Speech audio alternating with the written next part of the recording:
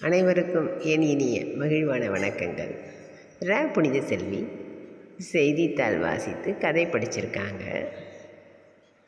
படித்த கதையை சொல்கிறாங்க. சொல்லும்பொழுது படித்த கதையோடு தனது சொந்த கற்பனை கதையும் சொல்கிறாங்க. தனது சொந்த மொழி நடையில் சொல்லும் பொழுது குழந்தைகள் இவ்விதம் சொல்வது என்பது இயல்புதான். அதனால் என்ன, வாங்க கேட்கலாம், கேட்டு உற்சாகப்படுத்தலாம்.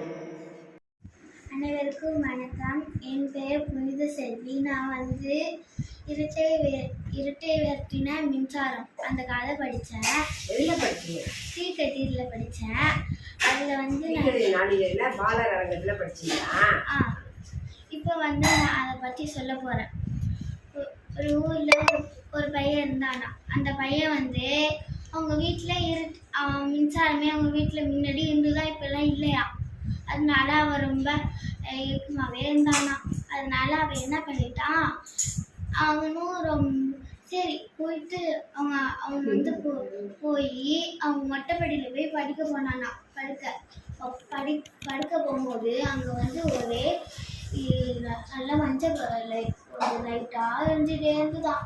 அவன் பார்த்துட்டே இருந்தானா. அவங்க அம்மாட்ட போயிட்டு, அம்மா மொட்டை மாடியில் ஒரே மஞ்சள் கலர் லைட் எரியுதுமா அப்படின்னு சொன்னானா. இப்போ அவங்க அம்மாவும் சொன்னாங்களா, அது இல்லை, அது மின்சாரம்.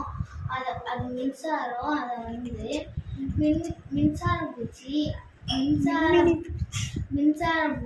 அந்த பூச்சி இருக்குல்ல, அந்த பூச்சி தான் அங்கே இருக்குன்னாங்களாம்.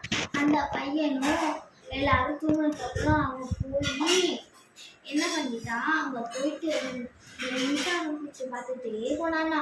அது அவங்க ஊரை தாண்டி ஒரு காட்டை தாண்டி மலை மேலே ஏறி போயிட்டு இருந்துதான். அவங்க போய் பார்த்தாங்கன்னா அங்கே மின்சாரத்தை எல்லாம் பூச்சி டான்ஸ் ஆடிட்டு இருந்துதான். பார்த்துட்டு சரிட்டு ஒரே ஒரு மின்சார பூச்சி மட்டும் பிடிச்சிட்டு அவங்க வீட்டில் வச்சானா. அவங்க அவ்வளோ லைட் இருந்துச்சா தெரு ஃபுல்.